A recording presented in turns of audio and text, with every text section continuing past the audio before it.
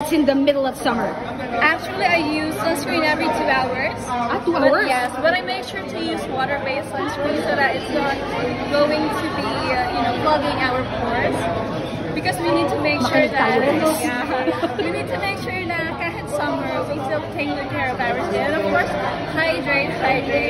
You know, they usually say like it's normal to use 2 liters of water. I actually drink more than that. Grabe, ang flawless, so bright, and thank you. Congratulations. I'll give you to the others. Pero nakashot. And of course, after international pageant and you're here in Binibini, Pilipinas, are you happy? Yes, I'm actually beyond happy. I am beyond words, and they say that third time's a charm, so let's see what would happen.